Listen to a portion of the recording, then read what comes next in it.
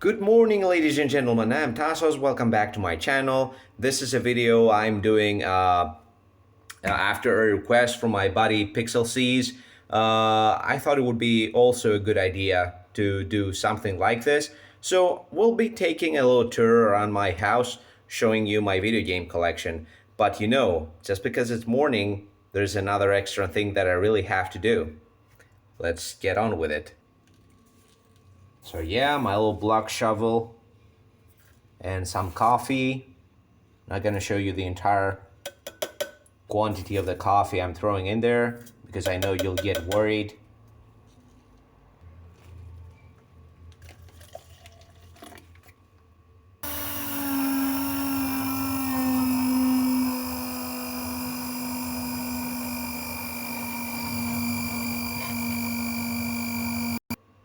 Look at this beauty. Orange straw. And today we're gonna be having a little extra. Got these croissants with chocolate. And what we're gonna do, we're gonna bake it just a little bit in our toaster. Well, that looks delicious enough. Yeah, more cleaning up to do with chocolate on the freaking toaster. And I think it's quite appropriate we start off with my bedroom.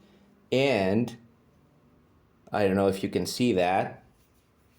Yeah, it's kind of weird the way I'm holding my camera. This is, yeah, I can tell this is much better. So this is the Atari 2600. And back when I started off my collection in 2013, I found this in a recycling bin of all places. This is the Darth Vader model. I just love the Atari. I used to have one clone as a kid, and I used to play lots and lots of games. So it's basically the first home console system I ever laid my hands on. Not this specific one, but yeah, an Atari 2600 essentially was the very first one.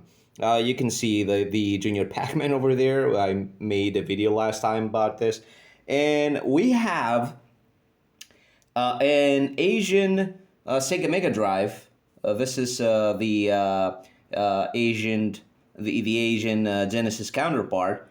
And yeah, these two are both at the same place in my bedroom, along with my very old Philips CRT TV that's been there like I don't know how many decades in my family. And these two consoles have something very common. Do you know what it is? Both of these came from a recycling bin of all places. Yeah, I guess somebody else's trash always somebody else's treasure. But yeah, without further ado, let's go in the main game room. And now I'm gonna be showing you where most of the magic happens. You can see two CRT Sony Trinitrons over there. One is like a mid-90s model. I'm not really sure. I've searched this model on Google. I never found too much information, but this one is a 2003 model.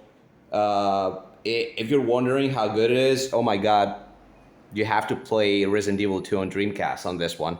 So yeah, this is my retro setup over here, and you can see, well, let me place myself properly. You can see an Atari Junior over there with an Asteroids copy right next to it. I'll be showing more games after that, just in case you're wondering. Moving up, moving right, we have the Nintendo Entertainment System. You know, the gray brick that's like one of the most, if not the most influential console of all time. And then we have the Sega Master System, which doesn't get much love.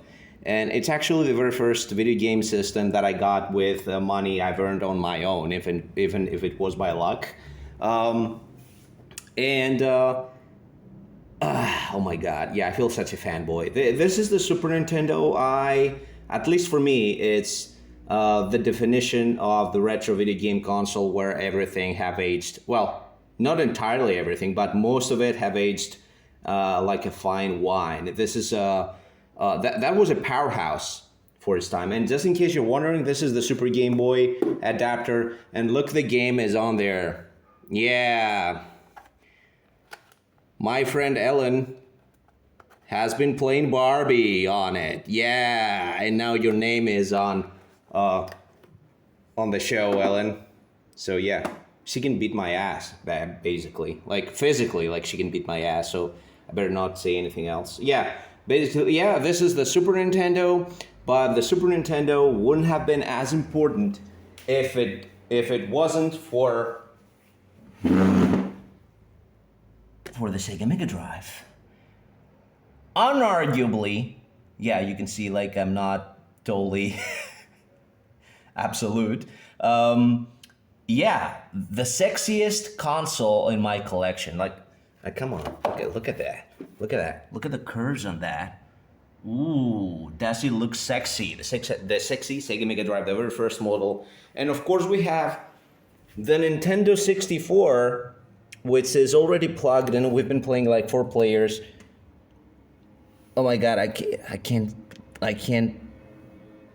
Okay, we've been playing Pokemon Stadium on it. Can you see? Yeah. And we'll be making a video at some point of gameplay of this system. I hated the 5th generation of console when it started off, but the Nintendo 64 was a totally different experience for me. It totally mellowed me down towards the 5th generation of consoles. And then we have the Sega Dreamcast, and you know what? Such an underappreciated system. I know it has created a cult following lately, and it's one of those systems that actually is very easy to develop games on. There's still games being developed on this system. It's amazing, and again, play games like Dino Crisis and Resident Evil. The best version of those games are on the Sega Dreamcast. And of course we have the Nintendo GameCube, the 3rd console in my collection that actually you can play like 4 plays right away. And also some really good games on the system, but yeah, this is Nintendo we're talking about. The first party games are definitely what you have to look out for. And yeah, let's move to my gaming library. As you can see, there's some boxed Atari games. There is one missing. It's Pac-Man Jr. that's in my bedroom. Some Famiclone cartridges, some Wii games. Then moving on, some GameCube games. I don't have many. And some Nintendo. Oh my god, with the motorcycles. That's consistent for my videos, isn't it? So, yeah, some Switch games. I just love the Switch, guys. You know what I don't love? Lazy developers. Yeah, I'm talking about you, Mortal Kombat 1 and Warner Brothers. I don't want to hear it, though, that, you know, the Nintendo Switch is too underpowered for a 2.5D fighting game. Mortal Kombat 11 looks just as good, if not better, than 1. So for people that convinced you that it wouldn't be possible for that to be ported on the PS4, it's just a gimmick for you to buy a PS5. Come on. Come on, give me a break. So I can play Red Dead Redemption on Switch and I can't play Mortal Kombat 1? Back off. I don't want to say anything F-bomb. It's early in the morning. Just give me a break. So yeah, Nintendo Switch games, Jason Mask, some movies, and some cover art that I printed by myself and put it like in DVD cases just for the sake of having them like as a decoration thing. And there is like Atari games, lots of Atari games. Yeah, I'm that old. I love the Atari. You can see Mrs. Pac-Man over there, like a bunch of games. And oh my God, one of the best collector's stuff that I have. It's in the Little Nightmares 2. Wow. I might be showcasing it at some point in English because I've done a video on the collector edition stuff in Greek. And yeah, moving on. Downstairs, we have some PS2 games because you can't go without those, right? Right? Look at all these games. PS3 games. Yeah, really good. Yeah, you can tell I'm not talking too much about that. Yeah, PS3, I liked the PS3. PS2, I loved it. At the library of games. The console itself, though, is a piece of shit. and the controllers are a piece of shit. I can't accept the fact that the 45-year-old controller works just fine, and I'm talking about the Atari 2600 controller and the NES controllers and the Super Nintendo controllers, the Mega Drive controllers, and the PS2 controllers are crumbling to dust in my hands. I won't say the F-bomb, okay? This is the Metroid Dread collector stuff. Yeah, that's a gift from my buddy Raphael. It's not fully complete inside, but it still has the game. Some PS4 games. And of course we have some Nintendo 64 stuff. Look at that, GoldenEye. Of course it's outside of its case because I've been playing the shit out of it. And Perfect Dark down below. The spiritual successor of this. And oh my god, Zelda's Majora's Mask, Ocarina of Time, Mortal Kombat Trilogy. You know what? The Nintendo 64 is a freaking awesome system. And in terms of retro collecting, I think it's better than the PS1 because for the most part it actually works. It's functional when you find it. Even if you find it like in a garbage disposal wasteland, it will still be functional. Yeah, I fully believe that. Yeah, some Game Boy games, because you can't do without the Game Boy. Show me one person that actually feels disrespectful towards this system.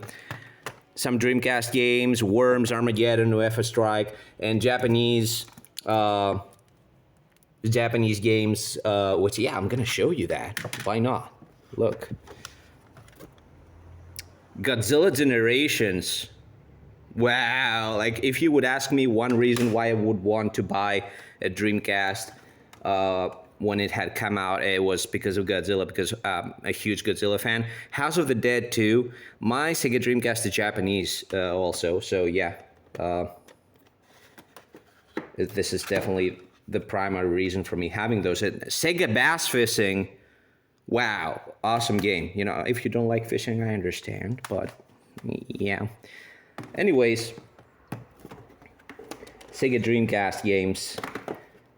And then, look at this. This is the pride of my NES stuff, because this figurine, this huge box, it's Metal Storm. It's a huge collection box, has plenty of stuff in it. I've done a video on that, especially again in Greek. And there's the game, Metal Storm.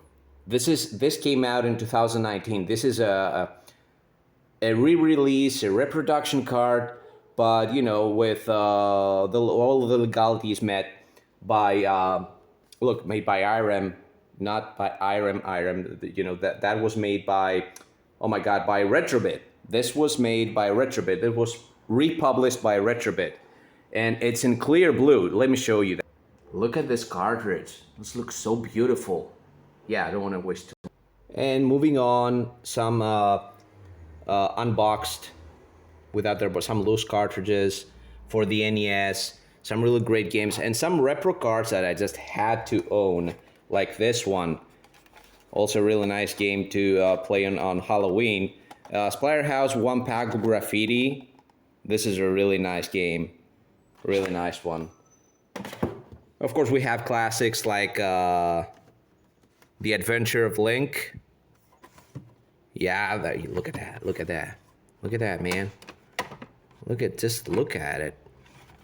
And I have the first one right above. Yeah, too hard to do this in one hand.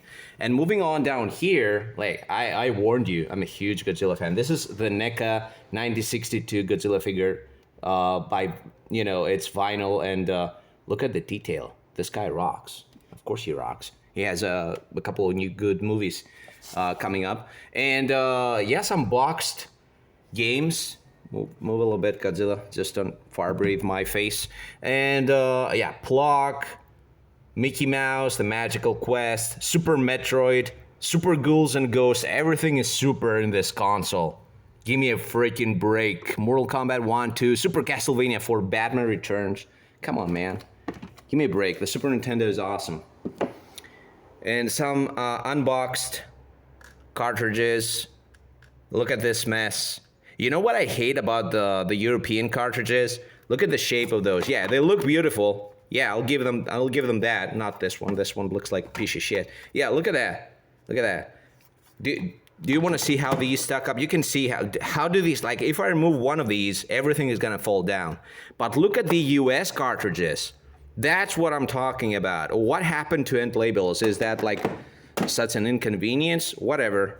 Yeah, I'm not gonna rant about that. I love the Super Nintendo.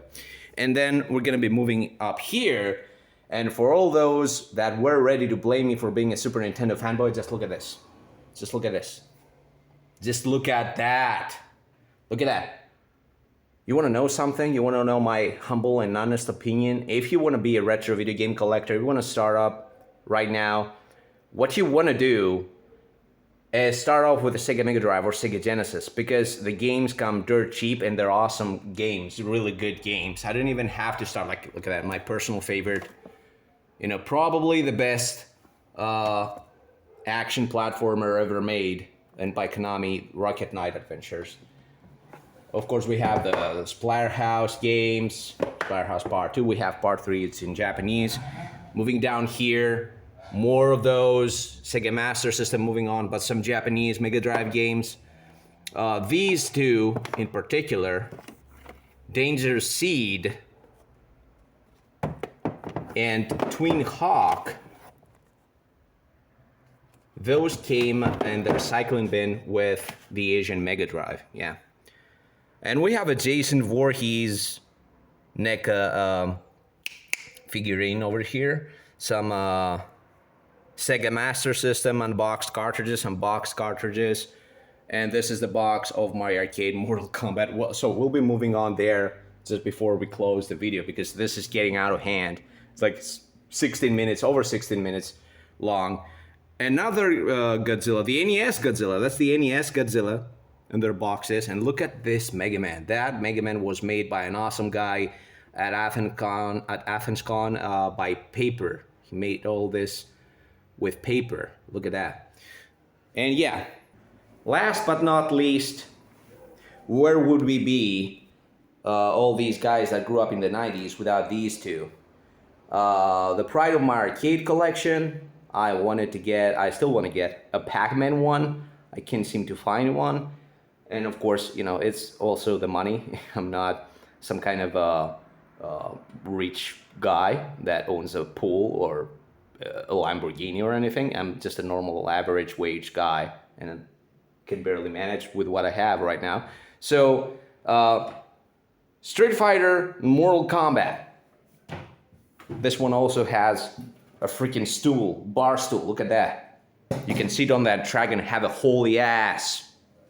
So guys, that was like the most part, the biggest chunk of my retro video game collection.